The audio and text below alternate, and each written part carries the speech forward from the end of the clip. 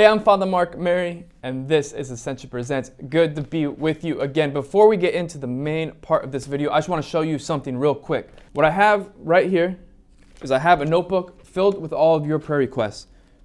Right now we're up to, it's about 35 pages. And so I just wanted to show you that I'm taking those requests, I'm putting them into a document, I'm printing them out, I'm taking them with me when I go on the road, when I'm in the chapel, I'm praying for you. And so I invite you to continue to use the comment section below to go ahead and give me your prayer requests. I'm grateful for the opportunity to pray for you and with you. So what I want to do on this video is I want to go behind the scenes to the ordination day.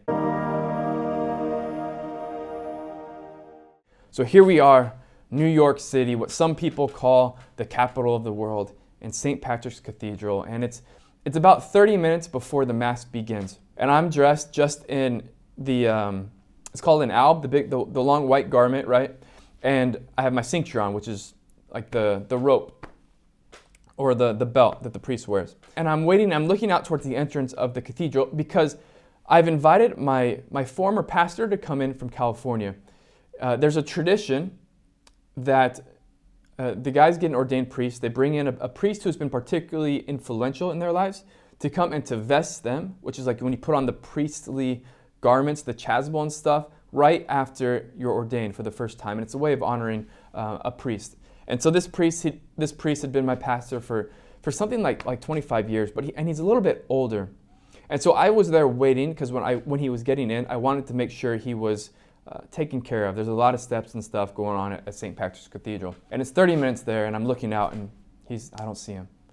25 minutes till Mass begins. 15 minutes, nothing.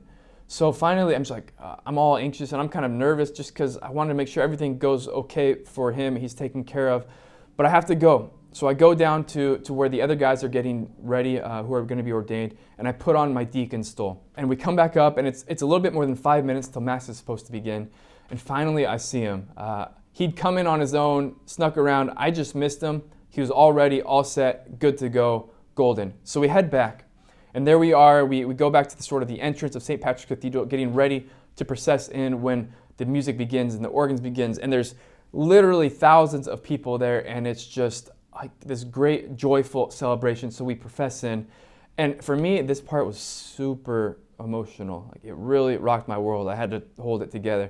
Just the joy and the happiness of everybody looking at us, our friends, our family, people we don't know who we're just united with in the faith, celebrating this gift together. We walk up the steps, and there we are in the sanctuary of St. Patrick's Cathedral under these big lights, marble floor. It's being televised. The Cardinal Archbishop of New York is there.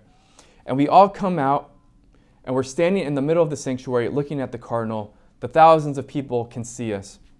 And as I'm there standing, all emotional and prayerful, for the first time, I look at the guys in front of me, and I notice that their stoles, their deacon stoles, are all going this direction. And I look down at my deacon stole, and it's going the opposite direction. This is something, I've been a deacon for over a year. I've been doing it every day, like probably 370 times I put on this deacon stole. And there I am, the big day, like a wedding day, and I got dressed wrong. And I'm in front of thousands of people, and the Cardinal, and the cameras, and the lights. And then I start thinking about like all of the pictures of ordinations at St. Patrick's Cathedral ever. And it's got all the guys lined up, kneeling down with their stoles all matching up. And I'm like, oh, I can't. I gotta do something. So I go back, we have a chance, we go back to our seats, and while all the attention's on the Cardinal while he's talking, I just slowly kind of like lift my hood a little bit, drop one shoulder, turn. So I do this quick little wardrobe change, look around, see if anybody noticed, and not that many people noticed. I talked to some people afterwards, and a lot of people actually noticed, but that's not what we're going to focus on right now. So we get it together, we get ordained a priest. It's beautiful. Everybody's happy. Everybody's loving it. And I kept going back to this.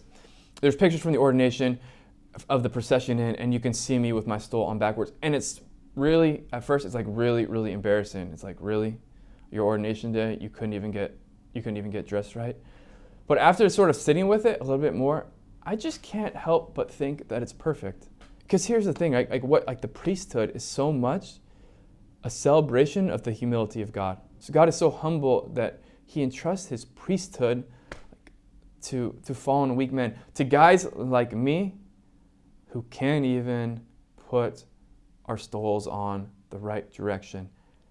But the Lord still called me and chose me, and I was still ordained to serve him as his priest. And my brothers and sisters, that's just the reality of our God. He is a humble God. He is a humble God who humbles himself by allowing poor men to be his priests, but he also humbles himself by taking the form of bread and wine and being with us, body, blood, soul, and divinity, through the beautiful gift of the most holy Eucharist, the gift par excellence, because it is the gift of Christ himself. My brothers and sisters, this week, nothing fancy, nothing big, nothing hard. Let's just sit and say thank you to God for his great humility, that he would love us, that he would condescend to be with us, body, blood, soul, and divinity, and let us give him thanks for that. My brothers and sisters, we thank you for your prayers. We thank you for the ongoing journey. Somos peregrinos, poco a poco vamos a llegar. We'll see you again soon. God bless. Take care.